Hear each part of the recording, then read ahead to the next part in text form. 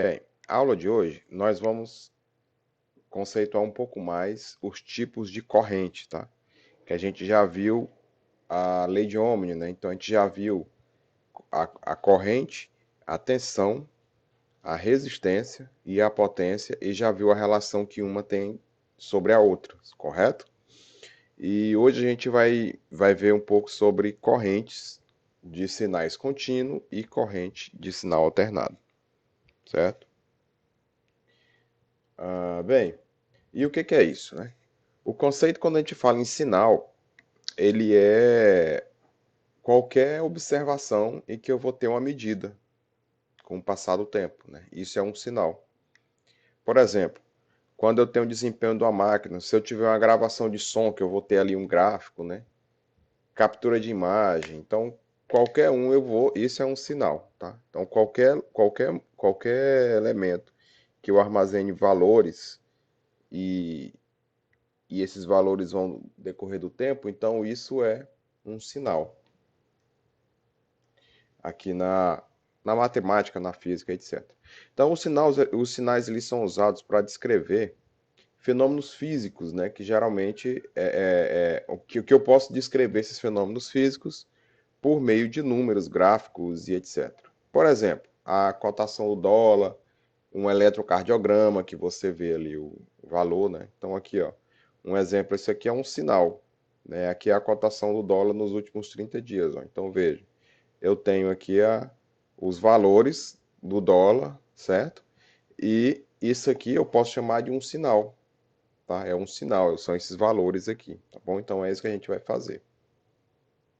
E quando a gente está falando de sinais, nós vamos ter dois, né? O sinal contínuo e o alternado. O primeiro deles é o sinal contínuo. Ele vai ter sempre um valor de polaridade positiva e negativa e ele não vai variar com o tempo.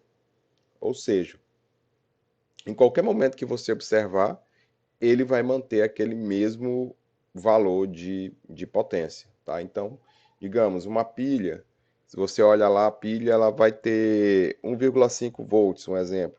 Então, essa pilha ela sempre vai gerar 1,5 volt. Quando ela parar de gerar 1,5 volt, quer dizer que ela está descarregando. Então, já é hora de substituir aquela bateria, né? Aquela pilha. Mesma coisa acontece com bateria de carro. Então, veja, aqui, ó, uma bateria de 9 volts. Ela sempre vai percorrer, ó, aqui é o tempo, tá?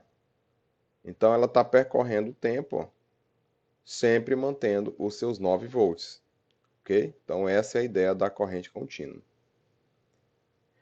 Muitos equipamentos elétricos que a gente tem ali em casa, às vezes eles trabalham com corrente contínua.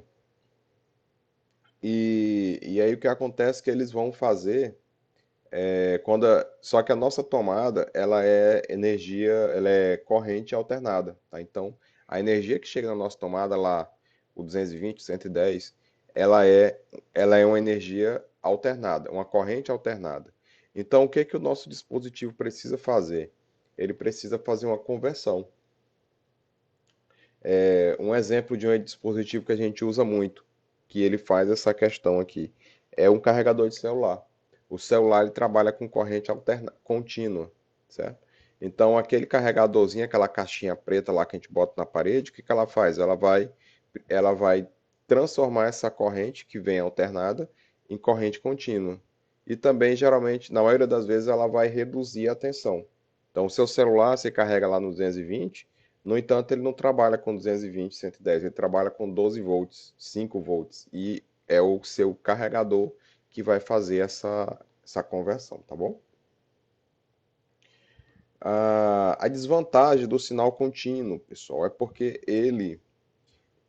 eu não consigo diminuir ou reduzir o nível dele. Ele sempre vai ter aquele valor que a gente chama de valor nominal, né? Então, um carregador de celular que carrega 5 volts, ele sempre vai carregar 5 volts, tá? Então, se você vai utilizar ali um outro dispositivo que seja 9, 12 volts, aquele carregador já não funciona, certo? Então, cada um tem a sua, ele sempre vai ter ali na sua, ele vai manter um sinal contínuo, né?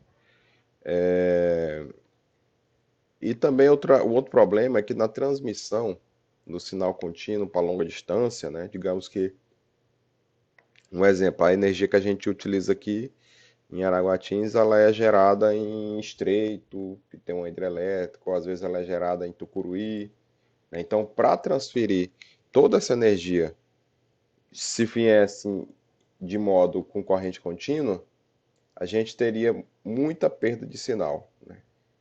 Por causa do efeito Joule.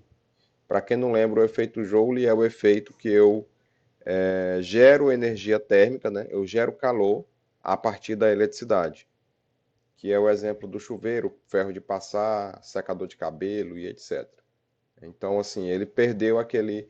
Se a gente começa a transferir muita energia, se você começa a utilizar dispositivos que utilizam muita energia, se eles forem corrente contínua, eles vão aquecer muito, tá? Eles vão ter um problema de aquecimento muito alto. E depois nós vamos ter o sinal alternado. O sinal alternado é o que a gente utiliza normalmente na nossa residência e para dispositivos um pouco maiores. Então, dispositivos grandes, eles sempre utilizam corrente alternada. Então, aqui a ideia da corrente alternada é que ela mude a polaridade dela de acordo com o tempo, né? Então, um exemplo. Aqui é um 110, né? Essa tomada aqui. Então, digamos que a gente tem aqui uma tomada 110. E aí eu vou ter, ó, essa aqui é minha corrente. Então ela vai lá em 110 positivo e ela volta para 110 negativo. E ela vai fazendo isso aqui, ó. Ela vai fazendo isso aqui nos ciclos, certo? Que esse aqui, esses ciclos é o que a gente conhece como, a gente mede ele a partir dos hertz. Se você for ver, às vezes, a sua televisão aí atrás, olhar lá na etiquetazinha dela, ela vai ter lá que ela trabalha com 60 Hz. O que são esses 60 Hz? Ela vai ter 60 ciclos desses por segundo para ela poder ser alimentada. Então essa é a ideia. A gente vai ver um pouco mais sobre isso mais na frente, segundo semestre do curso. Então, beleza. A gente já sabe que o sinal alternado ele fica variando do mais positivo e do menos negativo, não é isso? E também o sinal alternado, ele sempre vai utilizar essa. Sempre não, ele vai utilizar, na maioria dos casos, essa onda senoidal, né, que é isso aqui, ó, ela trabalha em cima do seno, né? Que o seno ele vai do mais um até o menos um. Então, por isso que a gente vai dizer que é uma onda senoidal. De forma para transmitir a energia gerada para os consumidores. Ela é utilizada tanto para distribuição, por quê? Porque eu consigo, utilizando energia alternada, eu consigo diminuir ou aumentar a tensão. Então veja, quando se vai fazer a longa distância, não sei se vocês já pararam para ver, vocês já observaram a linha de transmissão, que ali trabalha com alta tensão. Ali, como é que acontece? A energia é gerada e ela vem numa tensão muito alta para que ela consiga andar em uma distância alta, né? E que você não tenha tanta perdas assim no caminho. Então, o que que se faz? Aumenta aquela tensão, ela está utilizando corrente alternada, ela não vai aquecer tanto. Então, um exemplo, numa linha de transmissão a gente pode ter, ó, 750 kV, né, que a gente chama também de kVA. Então, esse aqui a gente vai pegar 1 volt ali e multiplicar por 1000, dividir por 1000 para chegar nesse valor aqui. Então, quando a gente chega nos centros de consumo, que são as cidades, a tensão ela é reduzida, a tensão é reduzida para ser distribuída para os consumidores. Daí é que a gente vai ter um dispositivo que você já deve ter visto no muro. No muro não, nos postes, que são os transformadores. Os transformadores eles vão trazer a energia de alta tensão, que é aquela energia que vem na linha de transmissão, e vão transformar essa energia numa energia que a gente consiga utilizar em casa, que é um tanto mais segura, que é o 110, 220, certo? Então essa é a função do transformador e ele é muito utilizado na energia, na corrente alternada. Então, diante disso que eu estou falando, o sistema de geração brasileiro, só para a gente entender um pouco, ele é aqui, ó. a gente vai ter a usina hidrelétrica. Hoje a gente tem algumas matrizes energéticas dentro de casa, né, que é energia solar, etc., mas ainda não é nada muito grande que dê para suprir a demanda, né? Então hoje ainda se utiliza muito de energia hidroelétrica, que é uma energia limpa, barata, né? E que o Brasil tem um grande potencial, né? É um dos maiores produtores de energia hidroelétrica é o Brasil, sem poluir o meio ambiente, né?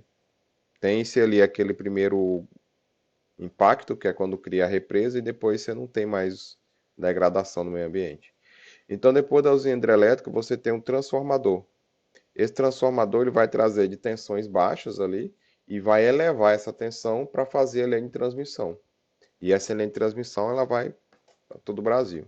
Então, quando se chega num centro, aí você tem uma subestação. Essa subestação vai pegar aquela rede que chega em alta tensão e vai diminuir para poder mandar para as casas, né? Ainda assim, quando ela distribui lá no poste, ela ainda não está em 220. Ela vai estar trabalhando numa tensão abaixo um pouquinho da linha de transmissão e um pouco mais alta para ela poder ser distribuída por toda a cidade. E quando chega na distribuição de casa, se tem sim uma outra subestação distribuidora, que às vezes é um transformador que está lá no poste, e esse transformador vai levar para o 220. Né? E aí ele começa a mandar para todas as casas o 220 e o 110. Então, pessoal, a aula de hoje sobre sinais de corrente contínua e alternada, a gente finaliza por aqui. E vocês têm uma pequena leitura para fazer, ok? Obrigado.